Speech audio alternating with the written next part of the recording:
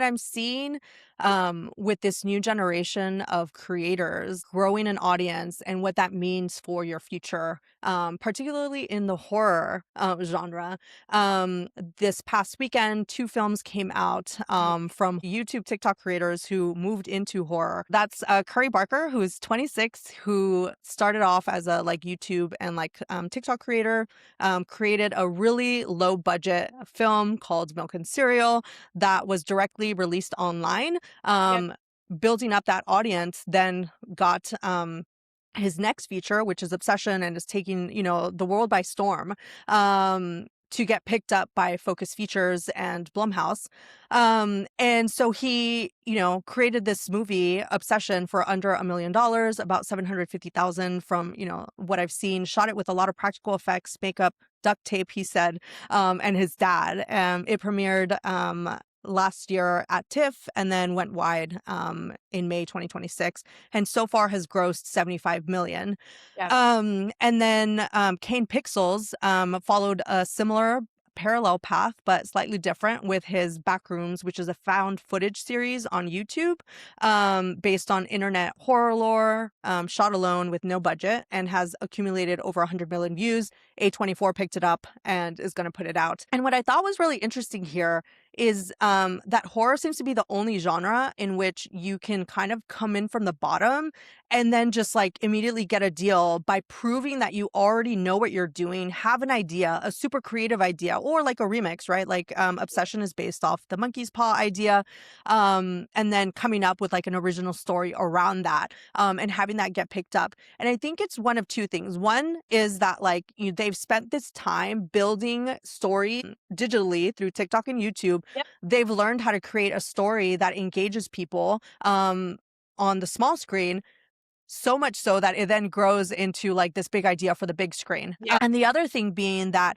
horror is just like supremely suited for this because people expect it when that's what they're watching, right? It's more Yeah. based on like the actual humans, how they're acting, practical effects. It doesn't have to be very gory or like CGI based, right? So the fact that he was able to make it with $750,000 in a month is like, it's usual by like horror standards, but it's not in other genres. So I think there has to be, some lessons learned from other genres of like how they can take this and then use that to then create, those different genres and not just leave it to horror. Also, the Powerpuff creator died. He died this past week, and a video went viral of him at like, I think it was age 27, as like the creator of Powerpuff Girls, and like, basically talking about like how he came up with the idea and everything. And the main thought that people were having was just like, why doesn't this happen with young people now, right? Where it's like Yeah. how hard it is for them to like have a break to get into like the industry. And so when I noticed that trend in horror, where it's still happening, right? It's like young people, they're 24 or 27, creating these like stories and movies, but then you backing it up with like, hey, I grew, my YouTube channel to like millions of users, then it makes it easy for people to greenlight you, because it's like, I Yeah. have already proven what I want to do, and here it is. And then just kind of 100%. deliver the package. And horror, this is not new, I will Yeah. say, and not to date myself, but I'm reminded of when Blair Witch Project came Hmm. out. Like, there have just been every decade has its own new flavor of horror, Yeah. and it becomes a cult classic. Young people are obsessed with it. It doesn't cost a lot to make, and Hmm. it just becomes these sort of icon it's a time capsule of that decade. Like, I think Hmm. about Blair Witch as sort of low fidelity, incredibly engaging, Found uh footage, I mean, that was basically the start of that, and that became like yeah, its own genre within horror, right? The other one being absolutely. Paranormal Activity, where it's like what they did was they filmed in one house, right? So it's Yeah, like all the costs are like kept down because it's like you're not doing different locations. So it's like, oh, we found a new way to cut costs for like horror films, and then that's how Blumhouse became, what it is to this absolutely. day. Yeah, absolutely, and it's interesting if you look at Scream, that made I mean, Hmm. Drew Barrymore was already a child star from E.T., Right. but that whole class of Scream, every person that was in it. I Know What You Did Last Summer, that entire cast, like each decade has its own version of young people that have grown up through horror. And I Mhm. think such a special, iconic way of becoming a true A-list Hollywood star. If you look back in time, a lot of them started in horror. Mhm. Jamie Lee Curtis, a great example as well. Right. And so I do think these low budget, underestimated, highly successful films will continue. And I think if anything, in the era of TikTok, it's even more special Yeah. because a lot of these films are now going to TikTok and they're cherry picking some of the best talent and saying, like, this is the person that maybe hasn't acted before, but we know they're going to just absolutely crush it in this film, Mhm. even if they're only in it for 2 minutes. Like, Mhm, we mhm. know how horror films play out, and Mhm. you could put the most famous TikTok star influencer in there for a few minutes and they're going to get killed off. Like, I Mhm. remember, when Paris Hilton was she in, was it House of Wax? House of Wax, yeah. She was in House of Wax. Everyone was like, "I have to see this. Paris Hilton's in it." And she may Uh-huh. not be in it for very long, but it's very memorable, and that's enough to And get one of you. the most iconic horror movie deaths, I think. And I think for a lot of these films, they don't cost a lot to make. People Mhm. become obsessed with them, and that's how you get, Scream 3, 4, 5, 6. You get Halloween every 5 years. There's a new Halloween coming out, and so these iconic and cult classic franchises for a reason. And so I do Mhm. think horror is wildly underestimated, and I think we should see other genres learning from horror. Like sometimes I find, the awards plays are a little too serious. They're a Mm. little too long. I think now we're moving into a world where it's very limited cast. Like I loved Project Hail Mary, was not bored for a second, and appreciated the fact that like Ryan Gosling carried the entire film on his back. Yeah, With the exception exactly. of his friend that's a rock. But I do think that there is a place in culture, and especially in modern sort of internet culture, where you should have the ensemble cast of young people who've never acted before, who enjoy the process of working together, and then they go on to do much bigger and cooler things. I do think that award shows need to catch up to what's happening with horror. I mean, last year Amy Madigan did win a few awards, and she won obviously the Oscar. And then people are talking about, Indy Navarrete, who played the main girl in Obsession. Um, about her like potential awards play there. And then you have people saying like, no, like why are you even bringing that up? And it's like I do think this has to be a thing that's done top down, where if you want Hollywood as an industry to continue growing and to learn from horror, then you need to also take seriously that there's innovation happening in the horror genre, because they're making hella bank on the horror side, right? And, like, Yeah, I don't think it's fair to not, give it its flowers. Like, even if it's like, I mean, last year, F1 got, like, an honorary, Oscar nomination, right? Because it kind of, like, revitalized, yeah, Hollywood. And yeah, so did Top Gun Maverick before that. I hope that Obsession also gets that, yeah, because it's probably gonna cross, like, 100 million, worldwide, if not more. And, like, it deserves to get its flowers for that. for sure. Yeah, I also think there's some interesting, call it subgenres. I mean, call Mhm. it maybe more of a societal take, but I look at what Parasite and Squid Game have been Mhm. able to achieve, and I think there's this level of social and political commentary that you can only get from a horror, or can only get from a certain type of genre, where I think we've reached this point as a culture where, everyone's trying to have these very large scale political conversations. Like, I think there's this whole, notion of like recent culture wars and just political activism that happens on social media. But when you watch something like Parasite, that hits the nail on the head. Like, Mhm. it starts to have very serious conversations about class and status and how humans treat other humans. And I think that there is a place for that sort of commentary, but Mhm. oftentimes it does start in the form of horror, where Mhm. horror or sci-fi, I think sci-fi, we could put Yeah. that in this bucket as well. I'm like, whether it's horror or dark sci-fi, but Black Mirror has done Mhm. so much for technology in Yeah. ways that I reference it a lot, where I'm like, Yes, you can have VCs writing these very thoughtful, predictions for the future. That's great. Mhm.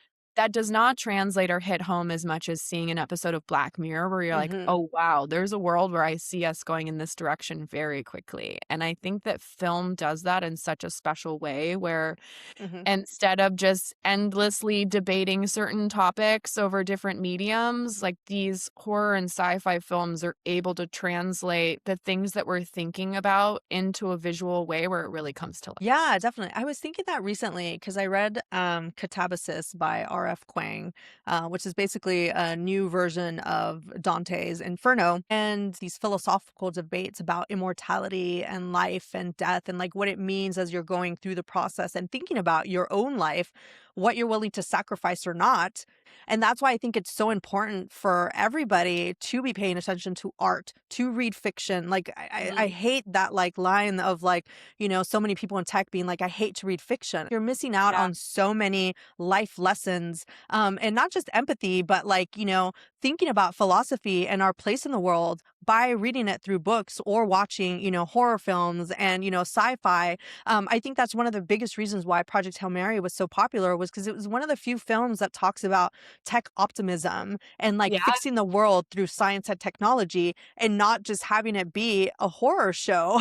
It's easier for people to have those conversations by talking through a, film or a TV show or a book than it is, reading philosophy. Like how many people are actually reading that? Yeah, and I think as a culture, we should have a much deeper appreciation for artists and their Hmm. backstories. Like, Yep. I remember this would have been close to 10 years ago. I was in Tokyo, randomly went to, an art gallery that had, very early classic sketches from Tim Burton, and so I Mm. remember reading all the plaques and just sort of wandering through and discovering his childhood, and Tim Burton's entire ethos has come from growing up in very boring, vanilla, keeping up with the Joneses, Southern California cul-de-sacs, and I think it's so interesting where I think the average person growing up in beautiful suburbia and, sunny Southern California, most people end up going to college. You become a lawyer, maybe you become a doctor, maybe you become a McKinsey consultant. Like there's all of these like pre-approved make your parents proud jobs that people take on. But, Burton's entire vibe has come from the fact that he rejected that from a young age.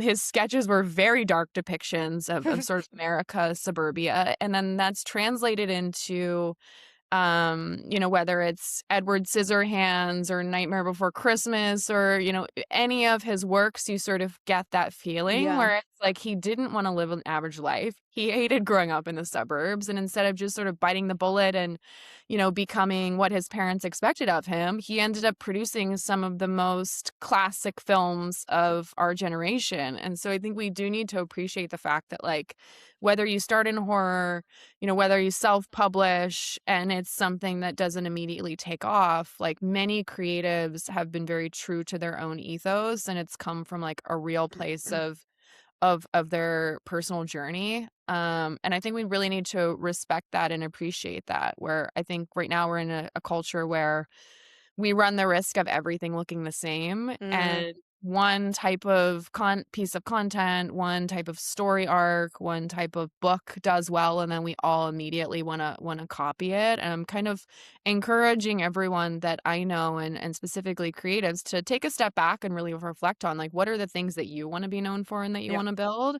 Because it's so easy to get caught up in sort of this, like, AI slop land where everything looks the same and it's going viral, but I don't Mhm. really think it's that. Yeah, agreed. Okay, so I've got three lessons for this topic. One is that the establishment may control distribution, but they don't control the talent. Curry Barker didn't ask Hollywood for permission to make horror films; he just went out and did it. Yep. And I want to bring in a political parallel here because I think one of the reasons that Zohran Mamdani won the mayorship is because he went direct. He created a YouTube platform and a TikTok platform to talk to regular New Yorkers. The second lesson here is to figure out what the constraints are within your work and then be creative about them. So horror lets you shoot within a month with practical effects and a skeleton crew. Use that to your ability because that's what people expect, right? I feel like every creative field has a version of this. You just have to figure out what that is. And then the third one is that once you have an audience and a proof of concept, it can't be argued with, right? Once Curry Barker had millions of YouTube views and an audience that would follow him, the studios were gonna like greenlight his work immediately because it's like, oh, well, you already did half the work for us.